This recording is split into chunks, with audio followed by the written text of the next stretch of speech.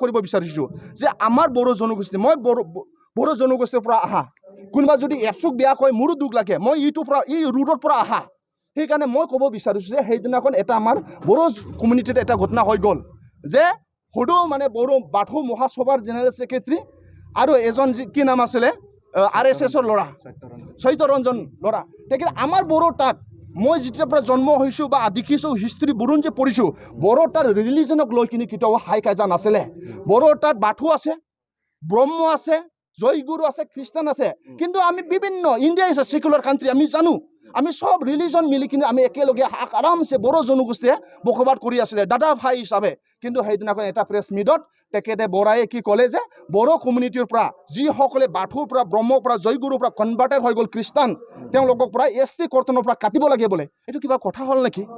তেওঁলোকৰ তাত এডুকেশ্যনৰ ছেক্টৰৰ কথা পাতিবলৈ ইছ্যু নাই হেমন্ত বিশ্ব শৰ্মা চাহাবে জানে ল'ৰাসকলে আজি তেখেতে কৈছিলে ইলেকশ্যনত আগত 23 লাখ চাকৰি দিম বোলে এজনো চাকৰি দিব পৰা নাই ল'ৰাসকলে ইউথসকলে এইটো লৈ প্ৰব্লেম চলি আছে তেওঁলোকে নিজৰ মানে কেৰিয়াৰৰ লৈ প্ৰব্লেম চলি আছে এইকেইটা আলোচনা নকৰে বিজেপিয়ে ধৰ্মৰ ক্ষেত্ৰত তেওঁলোকে লগাই দিব বড়োৰ মাজৰ অকণমান কাৰণে হাই কাজিয়া হ'লে হয় কিন্তু বড়োসকলে বুদ্ধিজীৱীসকলক মই ধন্যবাদ জনাইছোঁ যিসকলে বড়ো বুদ্ধিজীৱী তেওঁলোকে এই কথাটো যে আমাৰ বিজেপিৰ কথা লৈ এই বড়া চাহাবৰ কথা ল'লে আমাৰ ধৰ্মৰ হাই কাজিয়া হ'ব এফালে বড়োহে মৰিব বাথৌৰ লগত খ্ৰীষ্টান লগত হাই কাজিয়া হ'লে বড়োৱে মৰিব কিন্তু বড়ো ইণ্টেলেকচুৱেলসকলে এইটো কণ্ট্ৰল কৰি কিনি বুজাই কিনি থৈ দিলে ইয়াৰ কাৰণে মই বড়ো যিসকলে ইণ্টেলেকচুৱেল যিসকলে এই এজেণ্ডাৰ পৰা মানে নাইকিয়া হৈ গ'ল এইটো নাইকিয়া থাকিব লাগে ইয়াৰ কাৰণে মই ইণ্টেলেকচুৱেলসকলক ধন্যবাদ যাচিছোঁ সেইকাৰণে আজি যাৰ আপোনাৰ চেনেলৰ দ্বাৰা মই ক'ব বিচাৰিছোঁ কোকৰাঝাৰত আমাৰ এই ভৱনত ইউথ মিট হৈছে বিভিন্ন প্ৰাণৰ পৰা ইয়াত আহিছে সেইকাৰণে মই অনুৰোধ কৰিব বিচাৰোঁ যিসকলে দূৰ পলিটিকেল লেভেলত হাত নাই যিসকলে সমাজক সেৱা কৰিব বিচাৰে যিসকলে ট্ৰু মানে কোৱালিটি অসমত মানে ভাল চৰকাৰ আনিব বিচাৰে সমাজক ভাল কাম কৰিব বিচাৰে তেওঁলোকে আহক আমাৰ লগত যোগাযোগ হওক আমি ছ'চিয়েল চেঞ্জৰ কাৰণে কাম কৰিম দুখীয়া ৰাইজৰ কাৰণে কাম কৰিম আৰু সকলো জাতি জনগোষ্ঠীসকলৰ যি আইডিঅলজি আছে যি জাতীয়তাবাদ আছে এইটো বজাই ৰাখিম ময়ো বড়ো কমিউনিটিৰ পৰা আহা মই যেতিয়ালৈকে জীয়াই থাকিম বড়ো জাতিৰ যি আদৰ্শ বৰদফা উপেন্দ্ৰনাথ ব্ৰহ্মৰ যি আইডিঅলজি মই কেতিয়াও নেৰিম যি দলত নাথাকে কিয় মই বড়ো যি বৰদফা উপেন্দ্ৰনাথ ব্ৰহ্মৰ যি আদৰ্শ তেখেতক মই মানি চলিম লৰেণ জ্যোতি দাদা যি তেখেতে আদৰ্শ তেখেতে একজন সুদূৰ অসম ছাত্ৰ সন্থাৰ পৰা আহা আৰু বিভিন্ন সংগঠন কৰি আহা যিসকলে তেখেতে লুৰিণ দাদাক বিশ্বাস কৰি কিনি লুৰিণ দাদাৰ নেতৃত্বত আমাৰ দলত যোগদান হৈছে আৰু লুৰিণ দাদাৰ নেতৃত্বত অসমৰ মাটিয়ে ছেভ হ'ব অসমৰ জনগোষ্ঠীসকলৰ ভাষা সংস্কৃতি ছেভ হ'ব বিজেপিয়ে কেতিয়াও এইটো চিন্তা নকৰে আজি কৰ্পৰেটসকলৰ চৰকাৰ আজি যি অসমত যিসকলে শাসন কৰি আছে বিজেপি তেওঁলোকে অসমত বসবাস কৰা বিভিন্ন জাতি জনগোষ্ঠী উদাহৰণ হিচাপে যিসকলে ট্ৰাইবেলসকলৰ যি পলিটিকেল ৰাইট এইটো তেওঁলোকে ধ্বংস কৰি আছে সেইকাৰণে আমি ইয়াৰ বিষয়ে আমি আজি মাত মাতিব লাগিব মই এজন নিখিল বড়ো ছাত্ৰ সন্থাৰ পৰা মই আহা দীৰ্ঘদিন মই নিখিল বড়ো ছাত্ৰ সন্থাত আছিলোঁ যি সময়ত আমাৰ ডাঙৰীয়া প্ৰমোদ বড়ো ডাঙৰীয়া ABSUৰ প্ৰেছিডেণ্ট আছিলে লৰেন্স ইছলাৰী দাদাই যি সময়ত ABSUৰ জেনেৰেল ছেক্ৰেটাৰী আছিলে এই সময়ত মই ABSUৰ এডুকেশ্যন ছেক্ৰেটাৰী আছিলোঁ তাৰপাছত AGS হৈ আহিছোঁ আজি চাওক অসমত যি দিল্লীৰ পৰা ডাইৰেকশ্যন দিল্লীয়ে যি কয় এইটোৱে অসমৰ চিফ মিনিষ্টাৰ তেখেতসকলে চলাই আছে অসমৰ যে 3 কোটি 30 লাখ পপুলেশ্যন আছে এই 3 কোটি 30 লাখৰ ভিতৰত বিভিন্ন জাতি জনগোষ্ঠী আছে বড়ো আছে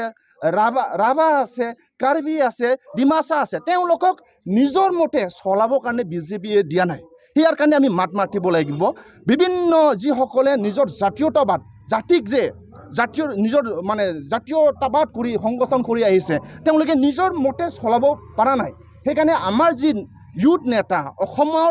সদৌ অসম ছাত্ৰ সন্থাৰ পৰা আহা লুৰিণ জ্যোতি অসমৰ বিভিন্ন প্ৰাণৰ পৰা যি ইউথসকলে তেখেতক বিশ্বাস কৰে আৰু অসমক বচাবলৈ কাৰণে অসমৰ মাটি অসমত বসবাস কৰা সকলো জাতি জনগোষ্ঠীৰ যি আস্থা আৰু বিশ্বাস লৈ তেখেতৰ নেতৃত্ব দি আছে আৰু লুৰিণ জ্যোতি দাদাৰ নেতৃত্বক ভাল পাই বিভিন্ন প্ৰাণৰ পৰা বিভিন্ন জাতি জনগোষ্ঠী এই অসম জাতীয় পৰিসৰত যোগদান দি আছে চাওক লোৱাৰ আসামত এখনো ভাল হস্পিটেল নাই যদি আমি ডেভেলপমেণ্টৰ কথাই যদি পাতিব যাওঁ লোৱাৰ আসামত এটাও ভাল হস্পিটেল নাই লোৱাৰ আসামত যদি মানুহকেইটা যদি বেমাৰ আজাৰ হয় চিধা ৱেষ্ট বেংগলত যাবলগীয়া হয় এফালে সাউথ ইণ্ডিয়াত যাবলগীয়া হয় কিয় কাৰণে হৈছে আজি সাউথ ইণ্ডিয়া কিয় ইমান ডেভেলপ তামিলনাডু কিয় ইমান ডেভেলপ তামিলনাডুত কেতিয়াও চেণ্ট্ৰেলত নেশ্যনেল পলিটিকেল পাৰ্টিয়ে শাসন কৰা নাই তাত ৰিজনেল DMK শাসন কৰিছে AIMDK শাসন কৰিছে জানে তামিলনাডুৰ মানুহসকলে ৰিজনেল শক্তিশালী হ'লেহে মানে ৰিজনৰ ডেভেলপ হ'ব আৰু যদি আমি এডুকেশ্যনৰ কথাত যদি আমি এডুকেশ্যন সেক্টৰৰ যদি আলোচনা কৰিব যাওঁ হেমন্ত বিশ্ব শৰ্মা যি সময়ত কংগ্ৰেছৰ শাসন কৰিছিলে 15 বছৰ কালত এই সময়ত তেখেতে এডুকেশ্যন মিনিষ্টাৰ আছিলে এতিয়াও এডুকেশ্যনৰ মিনিষ্টাৰ এডুকেশ্যনৰ অফিচাৰসকলক তেখেতে কণ্ট্ৰল কৰে কিন্তু আজি অকল একমাত্ৰ বড়োলেণ্ড ইউনিভাৰ্চিটি আছে বড়োলেণ্ড ইউনিভাৰ্চিটিত এটা ডিপাৰ্টমেণ্টত 2025 3000 5000 লোকে এপ্লাই কৰিছে কিন্তু তেওঁলোকে দূৰ দূৰত যাই কিনে শিক্ষা গ্ৰহণ কৰিব নোৱাৰে দুখীয়া শ্ৰেণীৰ ল'ৰা তেওঁলোকে হায়াৰ এডুকেশ্যনৰ পৰা ডিপ্ৰাইভ হৈ আছে সেইকাৰণে নেশ্যনেল লেভেলে যদি শাসন কৰে নহয় আমাৰ ৰিজনেলিজম তেওঁলোকে বুজি নাপায় সেইকাৰণে মোৰ অনুৰোধ মোৰ বিশ্বাস যেনেকৈ আপোনালোকে বিভিন্ন চেনেলত সোমাই কিনিত এই অঞ্চলৰ প্ৰব্লেম সকলে আপোনালোকে প্ৰকাশ কৰি কিনিত সলিউশন কৰিব বিচাৰে মোৰো বিশ্বাস কাষ্টম বসুমতাৰী হিচাপে যে আমি ৰিজনেলিজমটো আমি শক্তিশালী কৰিব লাগিব যিসকলে ইয়াত শাসন কৰি আছে ৰিজনেল পলিটিকেল পাৰ্টি তেওঁলোকে যাতে বুজিব লাগিব যে আজি বিজেপি কি কৰি আছে ভালকে শাসন কৰিব দিয়া নাই সেইদিনাখন মই এটা অনুৰোধ কৰিব বিচাৰো মই ক'ব বিচাৰো প্ৰকাশ কৰিব বিচাৰিছো যে আমাৰ